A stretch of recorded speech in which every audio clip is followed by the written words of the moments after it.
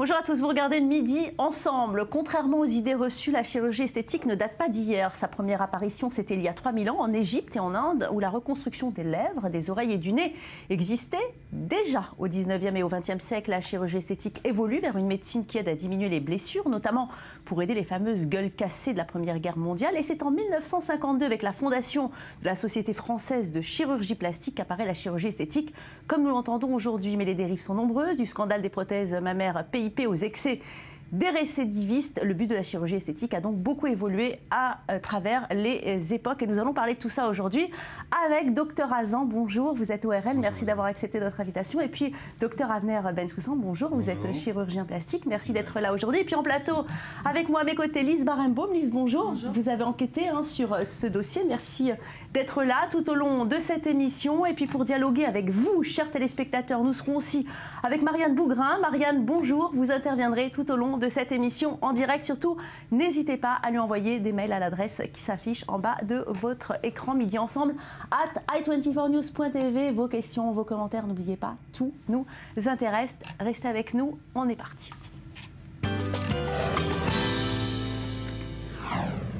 Et on ouvre tout de suite cette émission avec les nouvelles tendances de la chirurgie esthétique. Sachez que se faire refaire les seins a moins la cote qu'avant. Aujourd'hui, les dames veulent remodeler leurs fesses. La demande des implants fessiers explose sous l'influence des nouvelles égéries comme Kim Kardashian ou bien la chanteuse Beyoncé. Lise, vous nous en dites plus et puis on en parle après. Même la chirurgie esthétique a ses tendances. Les implants mammaires qui ont déchaîné les passions pendant des décennies ont moins la cote aujourd'hui. C'est ce que la Société américaine de chirurgie esthétique a révélé dans ses statistiques en 2014. Aujourd'hui, les Américaines se ruent sur un autre type d'opération, les implants fessiers. La demande a fait un boom de 86% entre 2013 et 2014. Mais contrairement aux implants mammaires, le produit s'injecte directement sous la peau et peut entraîner de graves complications. Quand ils me l'ont injecté, je me sentais bien. Des hanches parfaites. Puis j'ai eu des inflammations et tout est parti. Tout a glissé vers le bas. Je ne pouvais plus aller à la plage ni voir personne. Une sorte de boule est apparue dans le dos. Je ne pouvais plus ni m'asseoir, ni marcher, ni même faire mes besoins. Ma vie a été bouleversée. Le culte des fesses rebondies est en pleine croissance depuis le succès de certaines stars comme Beyoncé, Nicki Minaj ou encore Kim Kardashian qui affichent sans complexe des postérieurs proéminents.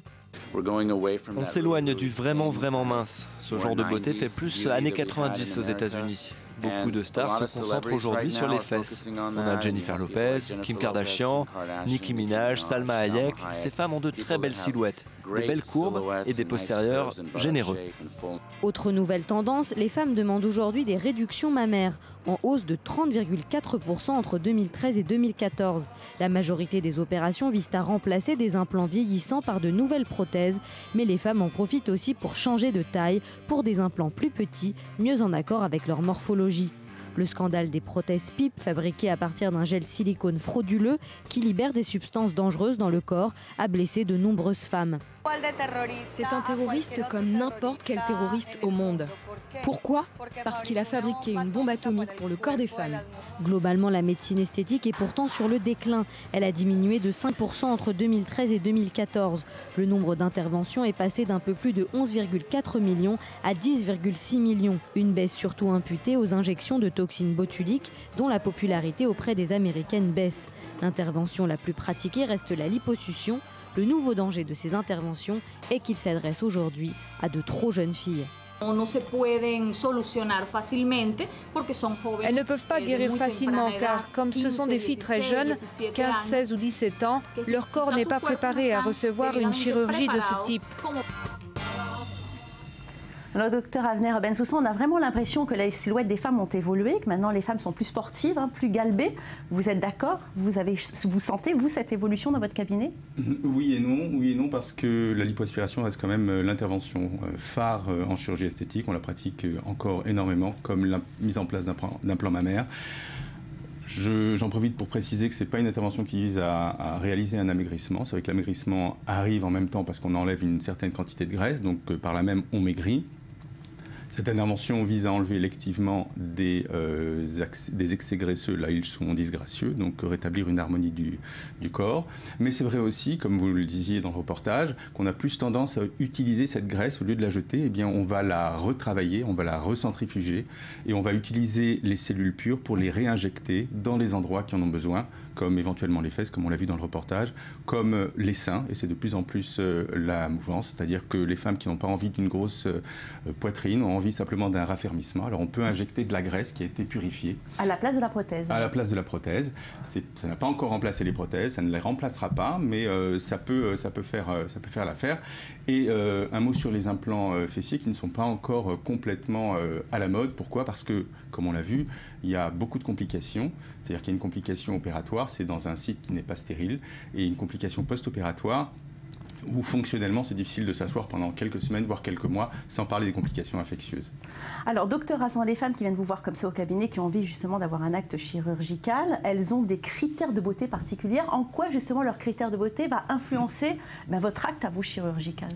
Alors, en ce qui concerne la rhinoplastie, en fait, la consultation est primordiale parce que c'est très très important d'être compris par le patient et de comprendre le patient. Mais elles viennent avec des photos, ce à quoi elles veulent ressembler. Alors, en général, quand elles viennent avec des photos, j'essaye justement de détourner, de dissuader, parce qu'on ne peut pas choisir un nez. C'est strictement impossible de choisir un nez.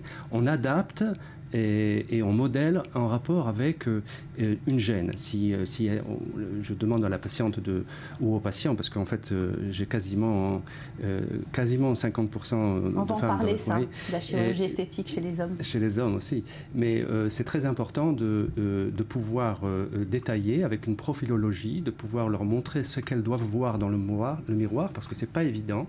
Elles peuvent imaginer, par exemple, que c'est un grand nez alors que c'est un petit menton, que c'est un nez large alors que ce sont des yeux écartés. Donc on examine ensemble et ensuite on peut aussi donner les limites de la chirurgie esthétique. Pareil pour les seins, elles viennent avec des photos, vous essayez de les dissuader, docteur Bensoussan ? Alors c'est vrai, quand elles viennent avec des photos, alors déjà on a un signal d'alerte parce qu'on ne peut pas ressembler à quelqu'un, on peut simplement essayer de suggérer la taille ou la forme que l'on voudrait avoir, mais il faut essayer d'expliquer à la patiente qu'il y a en fait un cadre possible d'augmentation mammaire, si c'est le cas de l'augmentation mammaire, en parlant des critères d'influence du praticien par rapport à la patiente. C'est vrai qu'on a tous des critères de beauté, mais on ne doit pas faire en sorte que la patiente accepte simplement nos critères. On doit, comme disait le docteur Hazan, les écouter et essayer de suggérer, mais surtout pas d'imposer. Et on va tout de suite parler de la chirurgie esthétique avec Lise Barenbaum.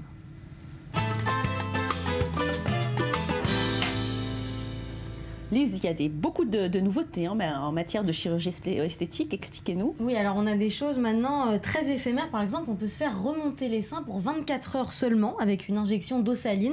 Alors c'est pas mal, ça permet de faire un bon test avant de vrais implants, mais ça coûte quand même 2 600 €. Et il y a beaucoup de docteurs qui connaissent pas encore les effets secondaires sur la glande mammaire, donc qui sont plutôt contre. On peut aussi se faire redessiner le corps sans une chirurgie lourde grâce au body reshaping. C'est l'association de radiofréquence et d'une injection d'acide hyaluronique. On peut aussi se faire réépaissir les cheveux. Il y a un robot qui vous prélève des greffons sur la nuque qui sont ensuite réimplantés par le chirurgien. Et puis vous pouvez aussi vous faire injecter des nano-quantités de votre graisse pour lisser vos rides.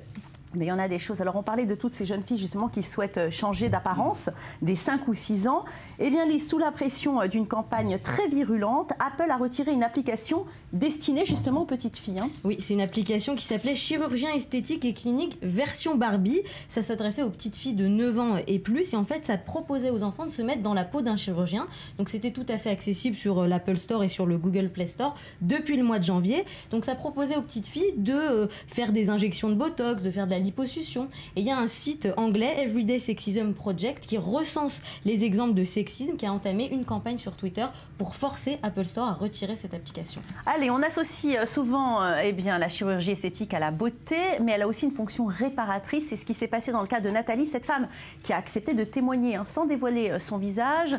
Un chirurgien a dû lui refaire le nez à cause de son addiction à la cocaïne et sa vie a changé. Lise, vous êtes partie à sa rencontre. On va tout de suite regarder ce petit reportage que vous nous proposez, puis on en parle après.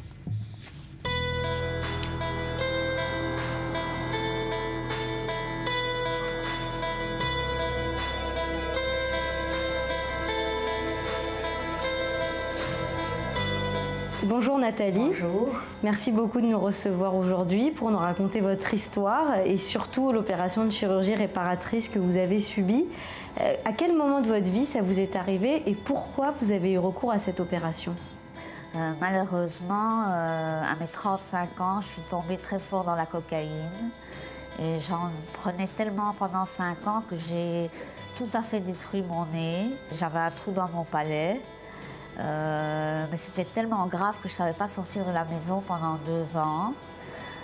J'ai vu beaucoup de médecins qui ont dit qu'ils ne savaient pas m'aider. Jusque j'ai trouvé le docteur Alain Khazan, qui m'a dit qu'il peut emmener un professeur de France, professeur Lantier, qui a fait la première greffe de visage pour me réparer mon nez. L'opération était très pénible, c'était 10 heures d'opération, 30 heures on m'a endormi. Et la récupération mentale était aussi très difficile. Donc c'était pas une opération courante en Israël? Non, c'est pas une opération courante, mais ça se passe de plus en plus. Et quand vous avez rencontré ce chirurgien, c'était donc la seule solution pour vous de retrouver un nez? C'était la seule solution pour moi de retourner à la vie. Et à cause de cette opération, vous avez dû vous préparer. Oui. Qu'est-ce qu'il a fallu faire? J'ai dû arrêter d'abord de prendre la cocaïne, qui n'était pas évident. Je l'ai fait avec une psychiatre et des médicaments. Je suis encore toujours en psychothérapie 4 ans après. C'est très facile de tomber dans la cocaïne, il faut faire très attention. Ça commence par, on fait ça socialement avec les amis le week-end, et puis le week-end commence mercredi, et puis mardi, et puis lundi, et on devient complètement accro. Est-ce que tous ces soins étaient remboursés par la sécurité sociale? L'opération était remboursée, le psychiatre pas. Ça veut dire que tout le monde n'est pas logé à la même enseigne au niveau des traitements? Il y a des détox centres, moi je ne voulais pas les faire, qui sont gratuits et où ils sont aussi très suivis et soignés. Et si vous n'aviez pas eu cette opération, qu'est-ce qui se serait passé? Le pire. Le pire, j'avais plus de vie. J'étais moralement une loque. Et quand on vous a annoncé que cette opération était possible, vous étiez nerveuse ou vous étiez soulagée? Tous les deux. Parce que je savais que ça allait être très complexe. Et donc vous êtes toujours suivie psychologiquement après l'opération? Oui. Oui. Je crois que toute ma vie, je vais devoir être accompagnée. Parce que ça vient des traumas. Au fait, j'ai employé la cour comme médicament. Mais aujourd'hui, vous n'avez plus du tout envie d'y retourner? Oh non, pas du tout. Ça ne me dit plus rien. Je ne comprends pas comment j'ai fait ça. C'est cette opération qui vous a en quelque sorte sauvé de cette addiction? Tout à fait. Est-ce qu'il y a aujourd'hui une rééducation? Il y avait une rééducation car on m'a pris une greffe du bras et j'ai dû faire la physiothérapie pour savoir employer ma main. Et pour le nez, non, ça devait dégonfler, ça prend 2 ans. Donc au début, c'était pas très beau. Mais vous aurez encore à subir d'autres opérations? J'ai besoin d'une 3e opération parce que mon nez, je ne sais pas respirer par mon nez.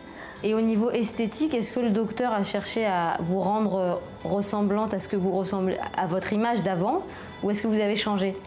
J'ai un peu changé.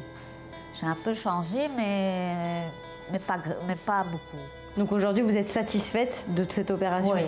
C'est un miracle, cette opération. Je suis plus sociale, j'ai passé maintenant ma licence, je commence à travailler, j'ai des amis. Nathalie, aujourd'hui, qu'est-ce que vous auriez à dire aux gens par rapport à la cocaïne?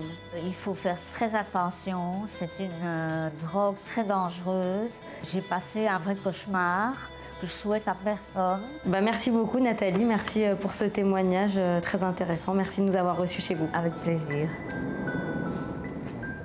Docteur Hazan, alors pourquoi cette patiente a-t-elle été si particulière dans votre carrière? Tout d'abord, Valérie, j'ai 3 merci à faire. D'abord, merci à Nathalie d'avoir témoigné. Elle était courageuse, hein? Très courageuse. D'abord, je pense que c'est très important que les jeunes et les moins jeunes puissent savoir ce que provoque la cocaïne.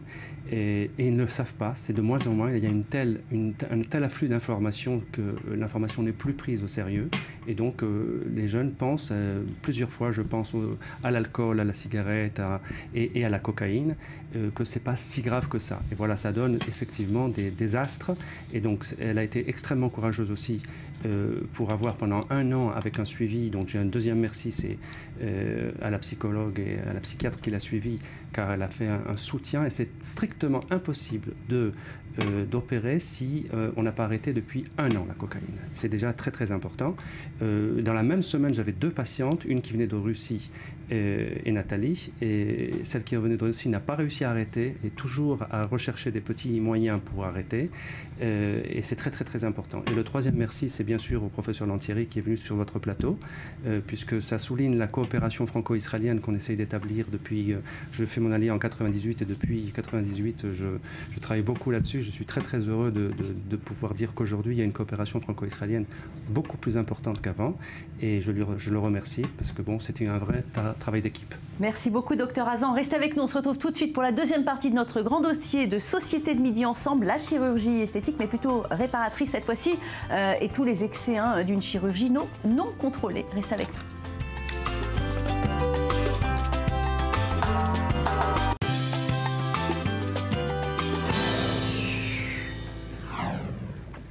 Bienvenue à vous. Si vous venez de nous rejoindre, vous regardez Midi Ensemble. Aujourd'hui, notre grand dossier est consacré à la chirurgie esthétique. Je vous propose de faire la connaissance de Mayan. Elle est avocate.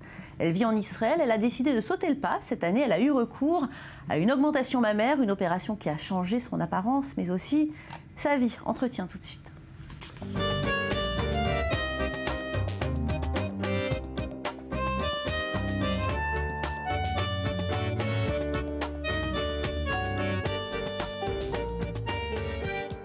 Mayan Abissira, bonjour. Bonjour. Merci de nous recevoir chez vous pour nous raconter votre histoire. Vous êtes avocate en droit immobilier ici en Israël depuis une dizaine d'années. Et on va parler aujourd'hui de l'opération de chirurgie esthétique que vous avez subie. Alors c'était quel genre d'opération? C'était une augmentation mammaire. Oui. Et qu'est-ce qui vous a poussé à le faire? Tout simplement, j'ai toujours aimé la féminité chez une femme. Pour moi, le symbole de la féminité, c'est une poitrine assez opulente, pas en gardant des proportions, on va dire. Et grâce à Dieu, je me suis mariée, j'ai eu 5 enfants. Les grossesses, les allaitements ont endommagé un petit peu, si vous voulez, le volume. Et ça a atteint quelque peu mon ressenti quant à ma féminité. Donc j'ai choisi de m'intéresser à l'opération d'augmentation mammaire et je suis partie en quête du meilleur chirurgien. Alors justement, comment vous avez trouvé le meilleur chirurgien? Ça n'a pas été facile parce que je suis quelqu'un, comme je suis avocate, je suis quelqu'un de très carré et j'ai besoin de vérifier chaque chose. Et je suis allée voir pas mal de docteurs. J'ai pris aussi beaucoup de renseignements auprès des docteurs que je connaissais. Et puis, pour plusieurs raisons, j'ai pas accroché avec pas mal d'entre eux. Ils ne me donnaient pas assez d'écoute, je ne me sentais pas rassurée. C'était ma première opération chirurgicale esthétique. J'ai pas eu le feeling, en fait.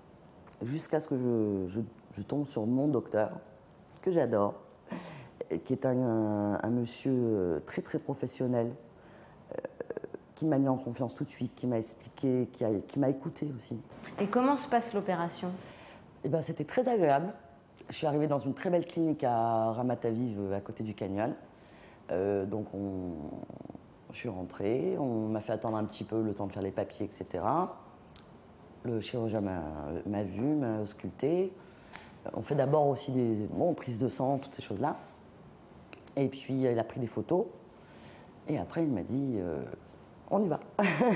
Et puis, voilà. Alors, c'était un endroit agréable. Je ne me sentais pas angoissée dans l'endroit, la salle d'opération. Et puis, ils m'ont mis une sorte de couverture chaude pour pas que j'ai froid, parce qu'elle avait fait très froid. Et puis, je me suis endormie très facilement. Et je me suis réveillée avec le sourire. Toute heureuse. Puis surtout que c'était pas très douloureux. Moi, je m'attendais à une grande douleur, mais en fait, non. Et au niveau de la taille, c'est lui qui avait son mot à dire ou c'est vous qui avez complètement décidé et vous a suivi? Non, alors, le docteur, il a un rôle de conseil. si vous venez voir un docteur, vous lui dites « mettez-moi des prothèses de 500 millilitres », il va vous dire « je ne vous opère pas », si c'est un bon docteur. Et Avner m'a dit que de toute façon, il allait vérifier plusieurs tailles de prothèses pendant l'opération. Il m'a expliqué qu'il allait me mettre en position verticale parce que ça lui permettait de voir le résultat final tout de suite. Et on s'est mis d'accord sur un volume plus ou moins, mais il a quand même, si vous voulez, commandé plusieurs prothèses de différents volumes pour voir ce qui était le mieux. Mais c'est pour ça qu'il y a besoin d'une relation de confiance avec le chirurgien. Que vous sentiez compris, que vous sentez que votre chirurgien, il a compris votre goût, ce qui vous plaît, ce que vous avez besoin. Et est-ce que vous allez devoir changer tous les 10 ans de prothèse? Oui. Donc ça, c'est quelque chose qui va se passer toute votre vie, ça vous embête pas? Alors si vous voulez, au départ, ça m'a un peu dérangé, l'histoire de refaire ça 10 ans plus tard. Mais maintenant que je l'ai passé facilement, et voilà, non, ça me fait plus peur. Est-ce que vous conseilleriez à d'autres femmes qui ont envie de le faire faire? Ah oui, sans aucun doute. Faut pas hésiter. Moi, j'étais très craintive. J'avais peur de la douleur. J'avais pas peur du regard des autres parce que je suis quelqu'un de très indépendant, donc je me fiche un peu du regard des autres. Mais c'était surtout la douleur qui me faisait peur. Et puis d'être ratée, ça me faisait peur. C'est pour ça que j'ai choisi avec beaucoup de précaution mon chirurgien. Mais maintenant que j'ai trouvé, je ne lâche plus. Voilà. Merci beaucoup Maïane pour ce témoignage. Je vous en prie. Au revoir.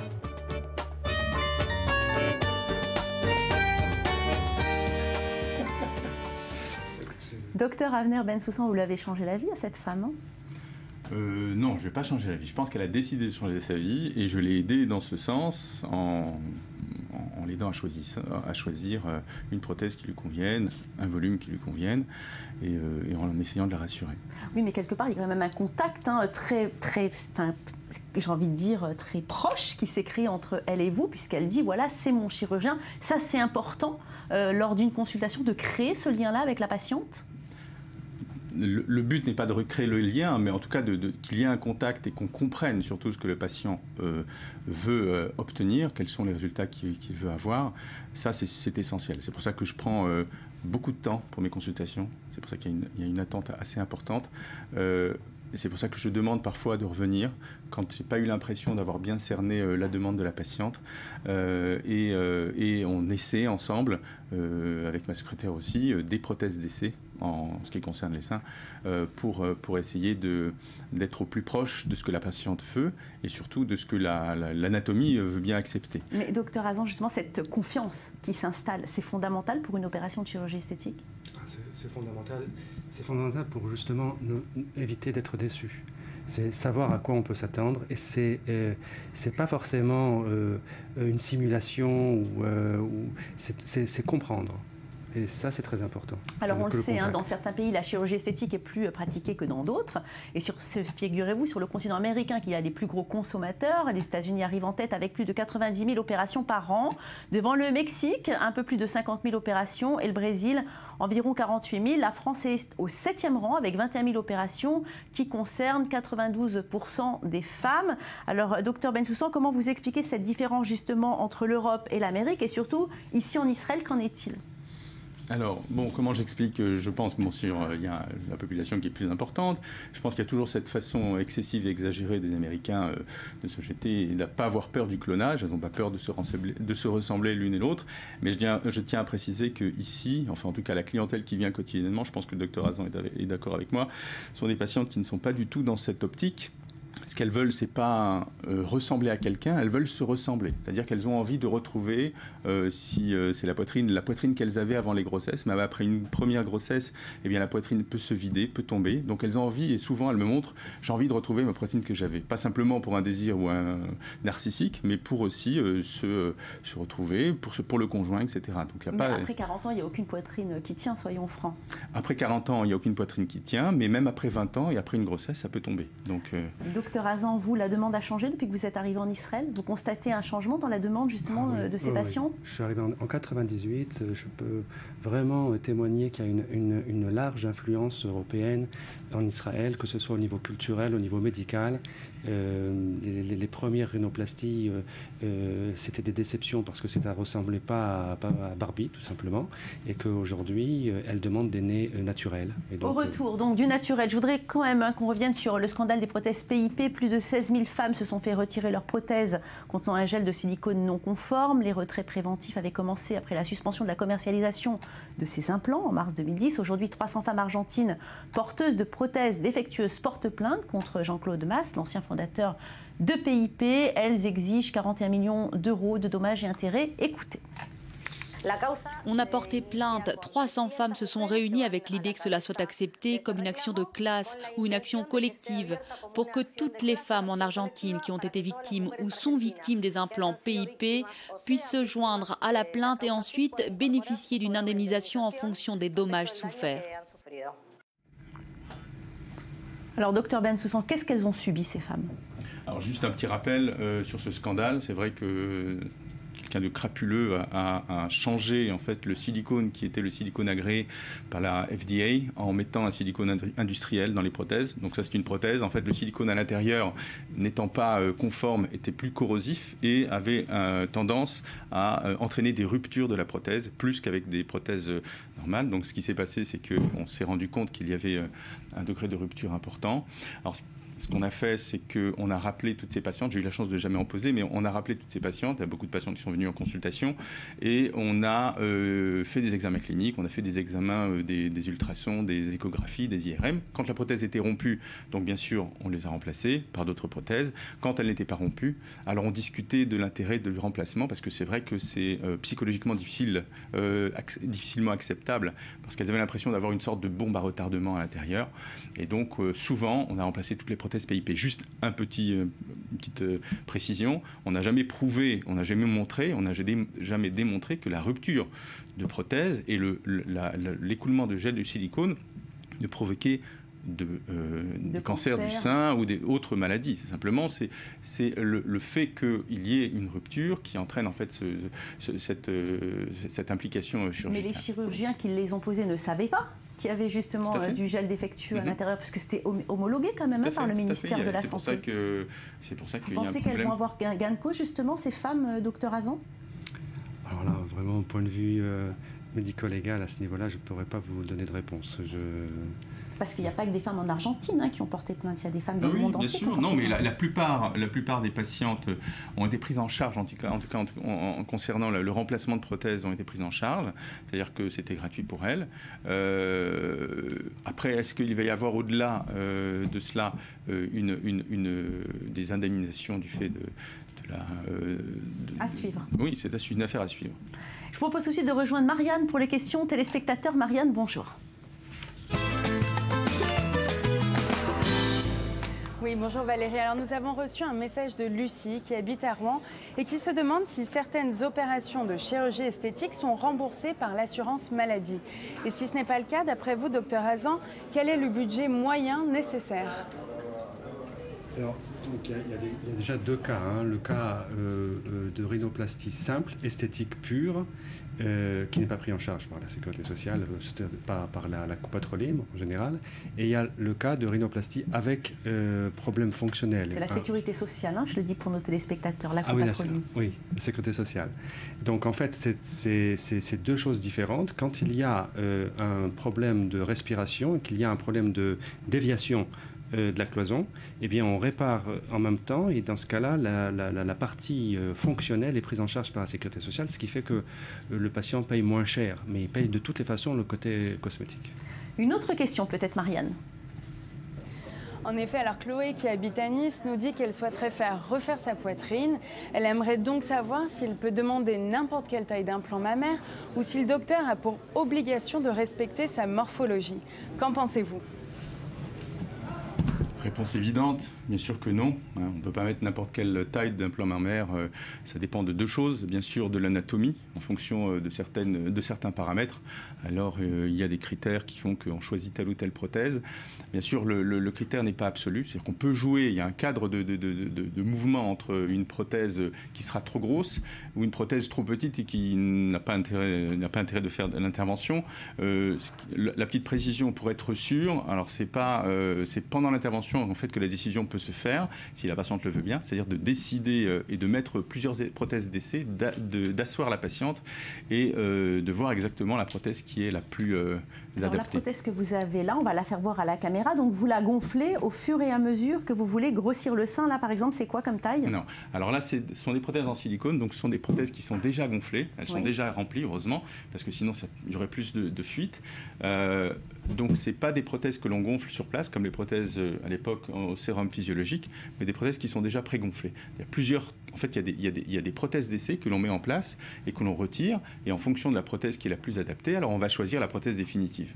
D'accord. Alors Lise, en tout cas, il y a une nouvelle tendance, c'est militer contre la chirurgie esthétique. Oui, alors c'est des célébrités qui sont les chantres de cette nouvelle tendance. Alors on en a plein, c'est un peu la révolte des beautés naturelles. Salma Hayek, par exemple, qui dit qu'elle ne veut pas prendre de risques pour rester belle. Jennifer Aniston, qui dit qu'elle est contre les injections magiques, alors qu'elle a subi elle-même une rhinoplastie. Et puis la grande madone de ce mouvement, c'est Kate Winslet, qui dit carrément que c'est contraire à ses valeurs morales, la chirurgie esthétique. Elle a fondé la Ligue britannique contre la chirurgie esthétique pour faire baisser la pression d'Hollywood sur les actrices. Vous comprenez ce combat de ces célébrités, Dr Hazan?